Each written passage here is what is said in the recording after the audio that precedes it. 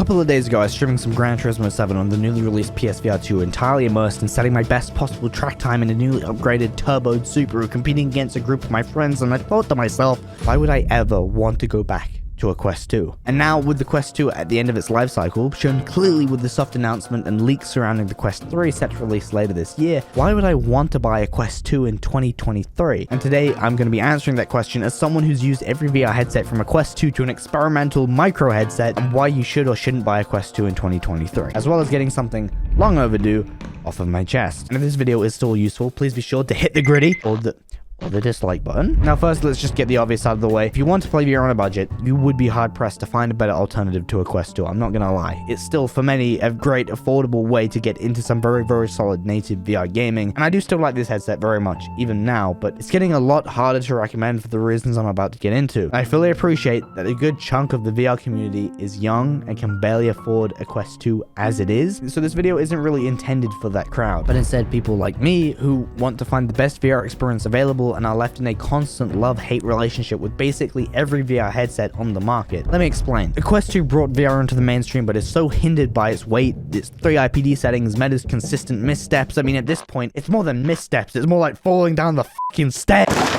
You can't even guarantee your game library anymore, with Meta wiping major first-party titles off of everyone's headset. The Index, although arguably the best PC VR headset out there, constantly sabotages itself with its reliability. My second Index just unalived itself and now sits in my garage broken, never to be fixed by Valve because it's out of warranty. Also, I'm serious, I didn't even do anything other than not use it for 4 months, only to boot it up again and have both of my displays fail. Of course, there are a bunch of headsets in between these, all with their own quirks and imperfections, but the point I'm making here is that for the last few years, VR has lived in a constant state of pain, with no one headset being quite good enough to consistently bring VR gamers what flat screen gamers have enjoyed for years: consistent content, until the PlayStation VR 2. I have my problems with this thing. The reprojection sucks. The FOV should be wider for a headset with Sony's intended lifespan of this product. The tracking can be f***y. The mirror effect sucks. There seems to be some discrepancy in displays between users. The head strap still isn't as good as a headset that released 7 years ago, but these issues, for the most part, are livable. Well, unless the charging station burns your entire house down, but for the most part, these are far more livable than broken base stations, a permanently shit IPD system, or a constantly self-sabotaging social media company. I've been having so much fun with this headset. More fun than I have ever had in VR. More fun than I had when I first put on a PSVR 4.5 years ago. A feeling that I've been chasing ever since. And I just haven't gotten it with any of these other headsets. Okay, maybe for a brief moment with the release of Half-Life Alyx on the Index. That was a wonderful moment in time. Look, I've gotten a little boring and poetic here about VR, but the reason I'm saying all this is, as much as the Quest 2 has brought me, in terms of most of you guys watching this video,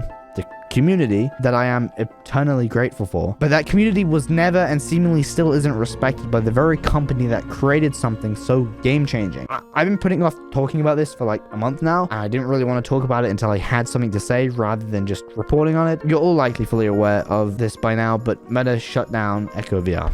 This is one of my earliest VR experiences and one of my favorites even today. This was a first-party Oculus/Meta funded exclusive title that was one of the Quest 2's highest rated games, just 4 rows below Gorilla Tag. This game had a full cosmetic and battle pass system that thousands of players invested into, like real money invested into this. Competitive leagues were built around this title. Players dumped years of training into this game to compete at a high level. The literal creator of Gorilla Tag was a competitive Echo VR player, and the game almost definitely directly inspired Gorilla Tag's creation, only for Andrew Bosworth, the current CTO of Meta, previously head of advertising, to make the decision to shut the title down. After John Carmack's departure, Andrew Bosworth, Meta's now CTO, spearheaded the decision to shut down Echo VR, claiming that this was a painful but necessary decision, claiming that Carmack, his predecessor, wouldn't have discontinued the game. Carmack spoke out on the closure of Echo, stating that he believes in saving everything. Even if there's only 10,000 active users, destroying user value should be avoided if possible. The reason I'm highlighting this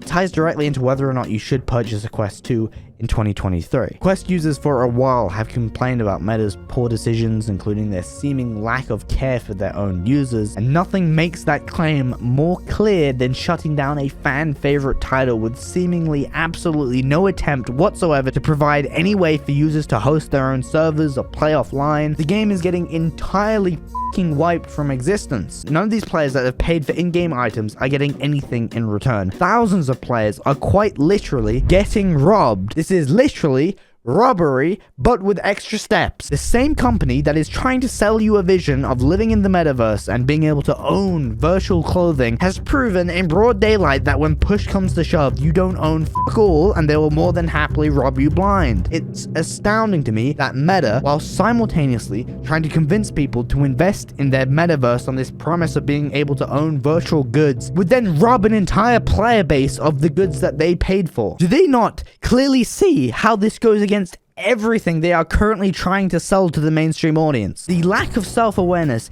is fucking astounding. Why am I even telling you all this in a video about whether or not you should buy this fucking headset? For those of you who still don't get why the PSVR 2 is such a huge deal, it's because Sony is providing a polar opposite VR alternative, investing and respecting their player base, taking pride in their exclusive title lineup and continuing to fund more, investing in full-scale AAA VR exclusive titles, and honestly just making fucking content, not chopping down entire player bases while shitting out hour-long CGI presentations of nothing. Sony just shut up and are getting the job done. And I do still hold reservations regarding Sony and the PSVR's future after this shadow banning patent was revealed online, showing Sony's potential plans to control what language and gestures players can use through a social credit system, something I've highlighted as a concern in the past. So Sony's not without their critiques too, and I do still like this headset. I'm just immensely tired of Meta as a company. I, like many other channels in this space, get shit on for constantly complaining about Meta, or told that we're constantly trying to stir drama and feed our itch for clickbait, but quite frankly, Meta, at least right now, cannot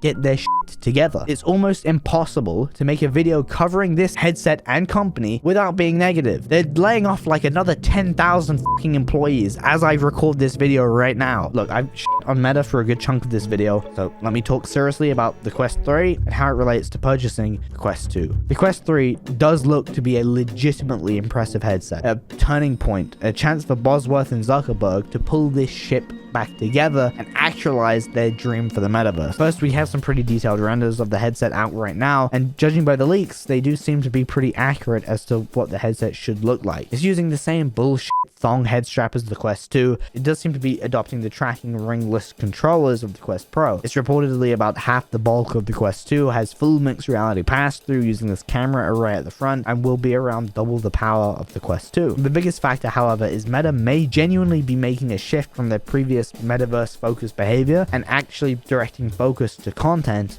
like Sony has, as Meta will reportedly be releasing 41 new apps and games for the Quest 3. How many of these will actually be well-developed AAA first-party titles for the headset, it's obviously yet to be known, but at least it's a glimmer of hope that Meta may be opening their eyes up once again after learning a tough lesson that the player, at the end of the day, is what currently matters. The embarrassing Quest Pro sales showed once again that the mainstream still are not interested in working in VR, and I don't blame them with the current state of mixed reality on the Quest Pro. And the majority of the VR community, like basically everyone watching this video, let's be honest, is here for the games. The Quest 3 is, however, reported to be set at a higher price point than the Quest 2. So obviously that's something to consider if you're on a very tight budget. But if you're on this much of a tight budget anyway for a VR headset, perhaps you shouldn't be buying a VR headset to begin with. I'm not trying to be rude, but if you're having to have to scrounge together $400 for a VR console, maybe there are other things you should be prioritizing. But I shouldn't be one to judge here. So for those of you that are on a tighter budget, Meta does seem to also be reportedly working on a more consumer-focused headset codenamed Ventura. The goal of this headset is apparently, end quote, pack the biggest punch we can at the most attractive price point in the VR consumer market. I think Meta is trying to recreate a lot of the success that they perhaps had with the Quest 2, but for a new generation. And I think this does clearly show that the last year or so really spooked Meta and has forced them to reevaluate what's truly important in this space at this point in time. The Quest 2 is very, very clearly now on its way out. That's no clickbait. This headset is now at the end of its life cycle. There's still fun to be had, but it's seriously worth at least acknowledging where it is in its life cycle. And I can't tell you exactly what you should do because your position is unique.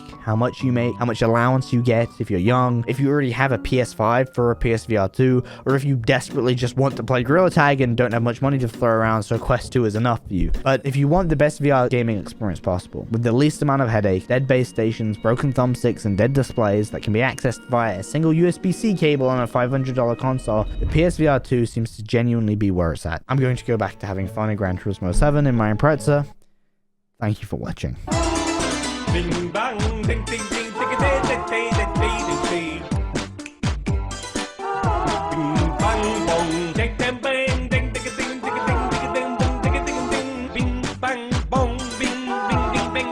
Join my Discord if you want to scream at me directly about things you didn't like about this video, rather than screaming into the abyss that is the YouTube comments. Okay, bye-bye.